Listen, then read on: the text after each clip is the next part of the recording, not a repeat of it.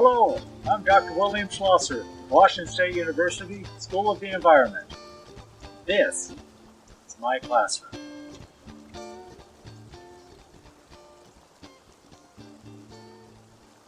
We take an interesting look at Rocky Mountain elk, Cervus canadensis variety nelsonii, where they live on the Palouse of eastern Washington, specifically at Kamiak Butte County Park, just 10 miles north of WSU's Pullman campus.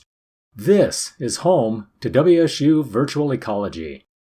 These images have been captured by the camera traps we established in this faculty-student interaction of wildlife and plants in this natural habitat. Rocky Mountain elk relies primarily on environmental cues to begin migration, including a retreating snowline and anticipation of greening grasses of spring to decide when to make these yearly treks. Decisions made by the lead cow and her squad about when to migrate depends on landscape changes and climate. We faced a key drought in 2021, with above-average precipitation in January and February, then severely decreased rainfall for March through October, again increasing above average in November and December. This decreased precipitation was met with above-average temperatures. Extreme weather, but within the natural range of historic variability. In 2020, the elk herd left Kamiak Butte in November. And we are going to watch this departure happen in January 2022. Ask yourself, why did elk change the date? We look closely at how elk use this habitat as part of their natural life cycle. Migration is the seasonal movement of animals. It is an important part of how elk populations exist. During the late winter and spring, elk migrate to higher elevations in search of new plants, often following routes traveled before. Elk spend summers in the mountains where food is abundant and the temperature is cool. And we see Kamiak Butte County Park, surrounded by farming lands. Wheat, barley, peas, lentils grow here. Kamiak Butte has well-suited elk habitat, but it is only part of their annual life cycle. Specifically, this is where elk populations spend their autumn and winter. They are here at the coldest times of the year, where snowfall only piles up for 1 or 2 meters, or 3 to 7 feet deep. Deer and elk easily swipe the snow aside to eat the cold and succulent greens underneath. But Kamiak Butte is only part of this habitat zone. Stretch this out. Look all around, to the north, south, and west. Autumn and winter habitat are curtailed by the cities of Pullman, Moscow, and Colfax. They want to stay shy of places like this. Too many people and homes. We fly westerly to see the Columbia River, some scattered agricultural lands, steep canyon walls, scattered grasses, forbs, and shrubs. This is habitat for Rocky Mountain elk and mule deer. Mix in some white-tailed deer too. Move further to the west, follow the Palouse River. See our famous Palouse Falls. Well, you know that grand waterfall is an imposter. Today, this dribble of water joins other trickles passing through eastern Washington. This scene is recorded in downtown Pullman, alongside the Neal Public Library. Main Street drives over the South Fork Palouse River. Regional tributaries spill into the Columbia River. Watercourses flow as we have passed the end of the 2 million year-long ice age's freezing temperatures. Only 11,500 years ago, a warming process initiated. That warming release was not immediate. It came in bursts. From 15,000 to 11,500 years ago, walls of 300-foot-high water torrents scoured out its path from Glacial Lake Missoula in Montana to eastern Washington's Wallula Gap. Moving at 65 miles per hour, scouring water carried icebergs, rocks, trees, sponged out its path to cut through this flood basalt substrate. This did not happen once or twice, but maybe as many as 100 times over hundreds or thousands of years. Now, Little Palouse River traces the path on its way to its Pacific Ocean transition point. Throughout these areas, we see habitats where mule deer and white-tailed deer live. Rocky Mountain elk finds seasonal habitat here too. Elk herds, in family units and banded by gender, will disperse across these millions of acres. Here, they find productive lands. Be it grass, forb, or shrub, these ungulates thrive here. This is why they disperse on these lands. Hey, we take a look as we pass Kamiak Butte again, headed easterly to Moscow Mountain.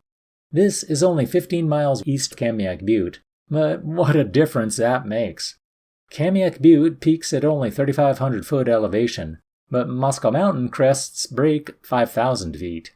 Moscow Mountain substrate materials are formed from the Idaho batholith. These are the granites exposing 85 to 65 million years ago. Porosity on granite is less than on quartzite materials. Water residence time is much longer, and nutrient cycling more robust. Plant response is different than at nearby Kamiak Butte. These Idaho lands attract Rocky Mountain elk for their spring to summer and touch into fall. Herds will form here. Harems are assembled. Elk bugling establishes dominance and mating happens here. As the winter approaches, herds will recant their migration to head back to the winter lands. They know their destination, but the route is different from the westerly route trek.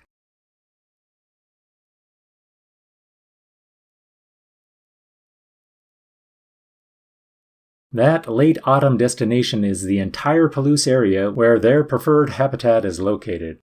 Sometimes it is at Kamiak Butte, sometimes they only pass it en route to preferred grounds. We land on Kamiak Butte's south-facing aspect, looking westerly.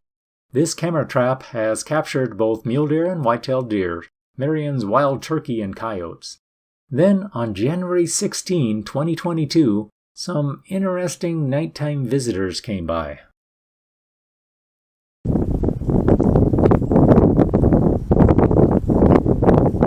It is just after 3 o'clock in the morning.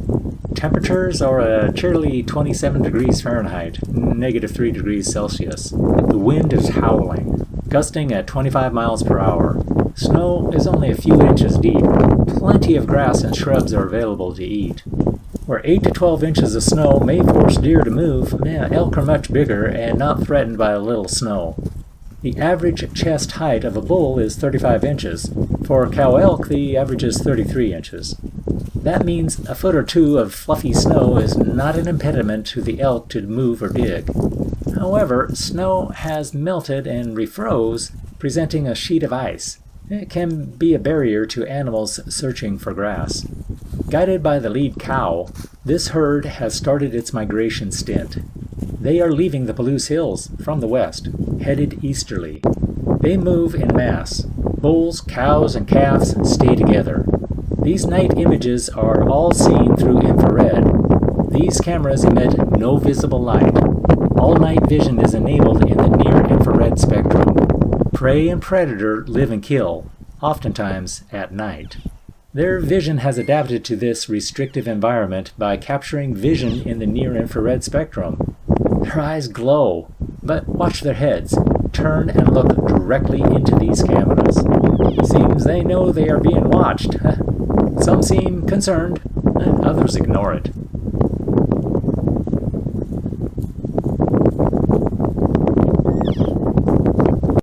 The wind is blowing, but listen to their movement. Hear the cows talking. Typically, their calls will be single sounds, similar to a squeak. Much like white-tailed does, cow elk will respond to the bleating of a lost calf. That is a cow call. It is a whistle a mother sends out to her calves. Come on, kids, keep up! I want to see you now! That is formidable, authoritative, but as a parent myself, I understand it is not punitive. It is not scolding. Mother wants to know where her kids are. Then you hear a response.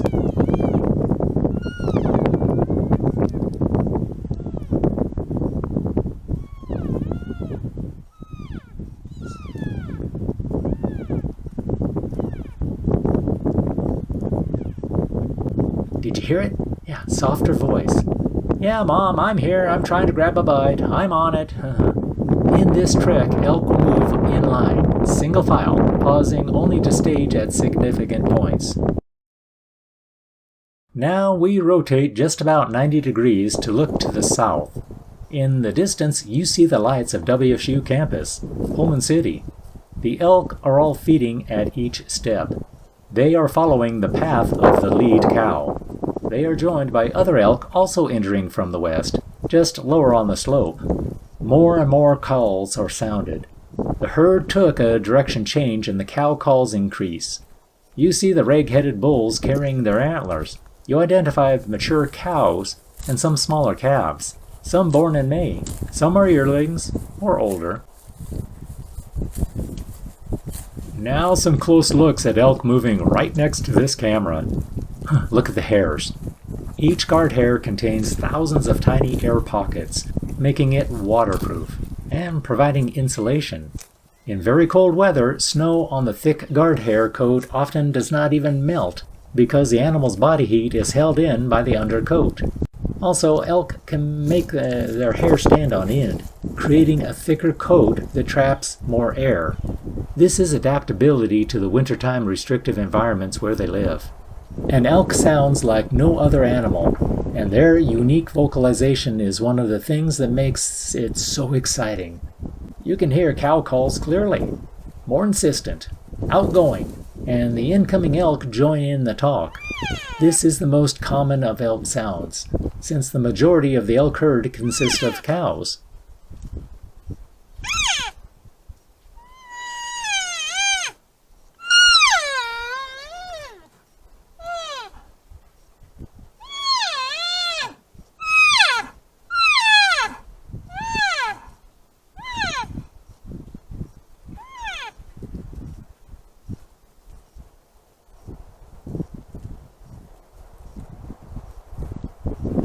This cow took some bites from the ponderosa pine branch.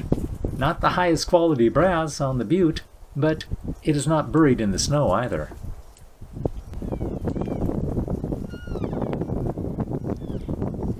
Look closely. We are getting up-front images. You can see swollen torsos. These are pregnant cows, bred in September and October. Gestation lasts for 240 to 262 days. They will give birth in late May to early June. They need to be in place before calving begins, but not too early. There is snow at elevations where they are headed. Elk are primarily grazers. Their food is grass, though they are adaptable, and if necessary can browse like a deer and nip the ends of buds of trees and shrubs.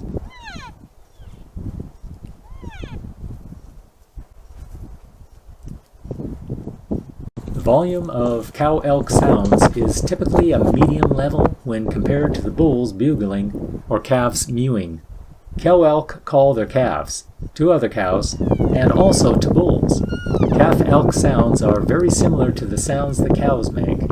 Calves call their mothers as they keep track of each other, while the herd is grazing or on the move. As one might expect, calf-elk sounds are usually not loud since they are smaller than their mothers. We think of these giants as silent movers, but you can hear the vocalizations they use. It is not just the bugling of bulls during breeding season, it is cow talk with their young.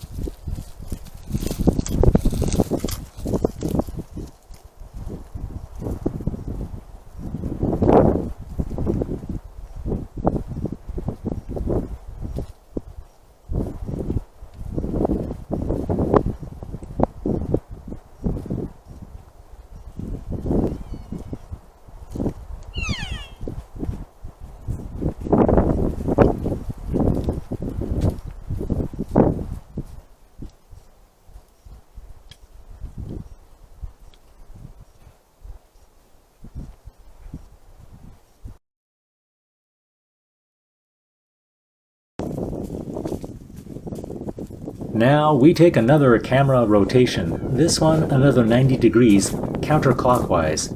We're looking to the east, about 200 meters or 200 yards in this direction. Elk moved into this area and make a pause. The wind is blowing in the special Kamiak Butte way. This is a journey point where the next steps take them down the slope in the direction of some homes. People, dogs, vehicles, and State Highway 26 are at the bottom of this hill. The lead cow called a pause. Get the troops together. Form a line. Head count. Call off. All together now. We only go as one. No stragglers. I'm in the lead. I'll give you 5 minutes. Buckle up. I want to pass that highway before sunrise. Follow me. I might be loading those calls with more than she needed to say, but really, it makes perfect sense to me. Elk will use the same migration route each year, but the path they follow for this migration will not be the same one they use for their return trip.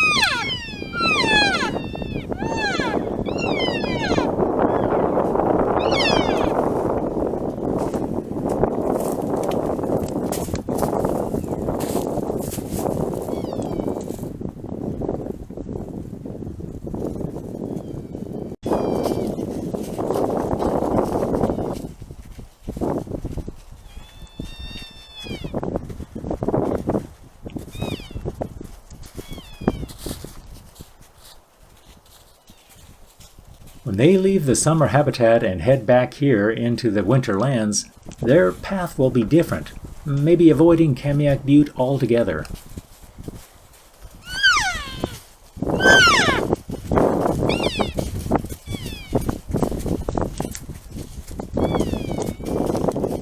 Elk will return to Kamiak Butte in the fall as winter begins. This is part of the herd's distribution pattern as they spread their numbers to be a herd when they need large numbers and dispersed when is needed. They want to eat, be safe, protect their calves, and live to see another day. They have been doing an amazing job.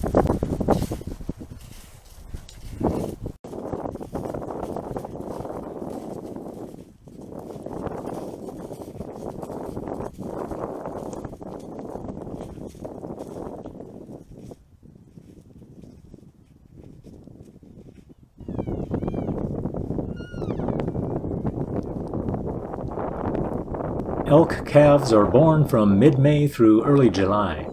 Typically, a calf weighs about 35 pounds at birth and may gain up to 2 pounds a day for the next few weeks. A calf is able to stand on its own just 20 minutes after birth. To help it hide from predators, the calf has spots for camouflage and no scent of its own. The mother elk will leave the calf hidden alone for long periods of time to prevent predators from locating it by sniffing out the scent of its mother. Wow. After about 16 days, the calf is ready to join the larger herd. The cows form a nursery herd around the calves to keep them safe. This is the family journey taken as a population.